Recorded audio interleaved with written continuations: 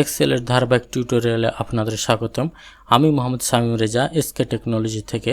আজ আপনাদের এক্সেল সম্পর্কে একটি প্রাথমিক ধারণা দেব। তো এর জন্য আমরা প্রথমে এক্সেল সফটওয়্যার ওপেন করে নিব। তো এক্সেল সফটওয়্যার ওপেন করার জন্য আপনাদের কম্পিউটার অবশ্যই মাইক্রোসফট অফিস সফটওয়্যারটি ইনস্টল দেওয়া থাকতে হবে, আর তা না হলে আপনারা মাইক্রোসফট এক্সেল সফটওয়্যারটি পাবেন না। তো আপনারা যদি মাইক্রোসফট অফিস সফটওয়্যার ইনস্টল দিতে না পারেন তাহলে আমাকে কমেন্টের মাধ্যমে জানাবেন। আমি আরেকটি এইরকম ভিডিও দেওয়ার চেষ্টা করব আপনারা কিভাবে কোথা থেকে মাইক্রোসফট অফিস সফটওয়্যারটি ডাউনলোড করবেন এবং কিভাবে প্রপার ওয়েতে ইনস্টল দিবেন। তো প্রথমে আমি চলে যাক সফটওয়্যারটি ওপেন করে নেওয়ার জন্য। প্রোগ্রাম থেকে আমি এইখানে এক্সেল সফটওয়্যারটি খুঁজব। তো আমরা এই যে এইরকম পেয়ে গেছি আমাদের সফটওয়্যারটি, কাঙ্ক্ষিত সফটওয়্যারটি। তো আমরা এখান থেকে ওপেন করে নেব। ওপেন করার পর আমরা এইরকম একটি ইন্টারফেস দেখতে পাবো।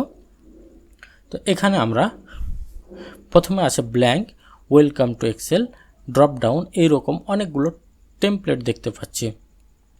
তারপর আমরা এখানে দেখতে পাচ্ছি নিউ, ওপেন। ওপেন হলো আমাদের অন্য কোনো যদি কাজ করে থাকি এক্সেল সম্পর্কে এক্সেলের, তাহলে আমরা এখান থেকে ওপেন করতে পারি।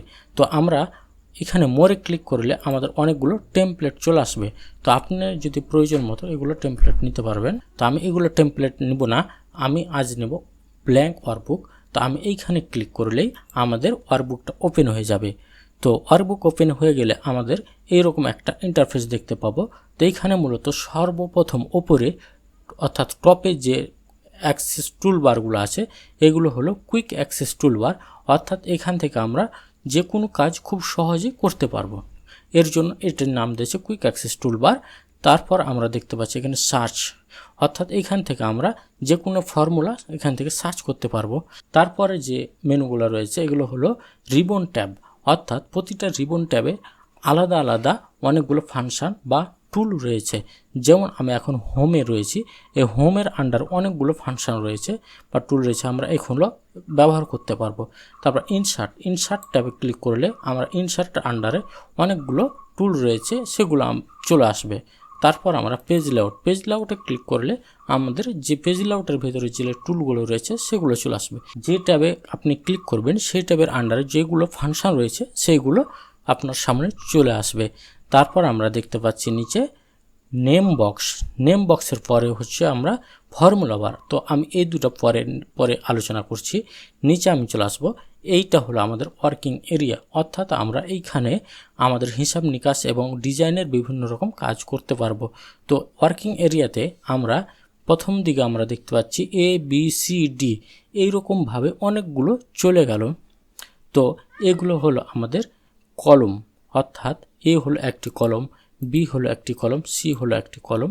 তারপর আমরা এই সাইডে বাম সাইডে আমরা দেখতে পাচ্ছি 1 2 3 4। এই 1 2 3 4 এইগুলো হলো আমাদের রো, অর্থাৎ প্রতিটা আলাদা আলাদা রো। আমাদের কলম এবং রো এর মিশ্রণে আমাদের একটি ইউনিক নেম তৈরি হয়, অর্থাৎ আমরা যেখানে আমরা ক্লিক করব, আমরা যদি এইখানে ক্লিক করি আমাদের এখানে C5, অর্থাৎ এই সেলটার নাম হলো আমাদের C5, অর্থাৎ C এবং 5 এর যে স্থানে আমাদের একত্রিত হয়েছে সেটি হলো আমাদের একটি ইউনিক নেম, অর্থাৎ আমাদের এটা হলো C5টা আমাদের এই নেম বক্সে প্রদর্শিত হচ্ছে। অর্থাৎ আমি যদি এইখানে ক্লিক করিলি তাহলে আমরা দেখতে পাচ্ছি D9, অর্থাৎ D9, এটা সেলটার নাম হলো D9। তারপর আমরা দেখতে পাচ্ছি ফর্মুলা বার।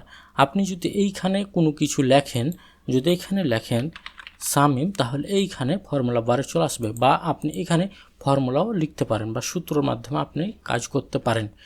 তারপর আমরা সব নিচের দিকে আসলে আমরা দেখতে পাবো একটি স্ট্যাটাস বার, অর্থাৎ এখান থেকে আপনি আপনার প্রয়োজন মতো সিট বাড়িয়ে নিতে পারবেন।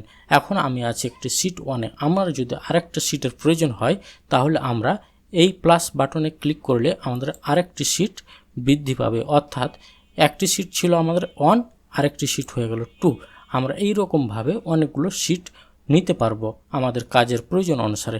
তারপর আমরা দেখতে পাবো এখানে হরিজন্টাল স্ক্রল বার, অর্থাৎ আমরা নিচের ডানে বামে আমরা যেতে আসতে পারবো। তার সাইডে আমাদের সব ডান পাশে আমরা দেখতে পাবো ভার্টিক্যাল স্ক্রল বার। আমরা এই ভার্টিক্যাল স্ক্রল বারের মাধ্যমে আমরা উপরে নিচে যেতে আসতে পারবো। তারপর হলো সব নিচে পেজ লেআউট, অর্থাৎ আমরা পেজটা কিভাবে প্রিভিউ হবে সেটা, অর্থাৎ আমাদের আছে এখন নর্মালি, তারপর হলো পেজ লেআউট, তারপর হলো পেজ ব্রেক প্রিভিউ, তারপর সব শেষে আছে আমাদের জুম। অর্থাৎ এখানে মাইনাসে ক্লিক করলে আমাদের হবে জুম আউট, এবং এই প্লাস বাটনে প্লাস আইকনে ক্লিক করলে আমাদের হবে জুম ইন, অর্থাৎ পেজটা বড় হবে ছোট হবে। তো আজ এই পর্যন্ত ছিল।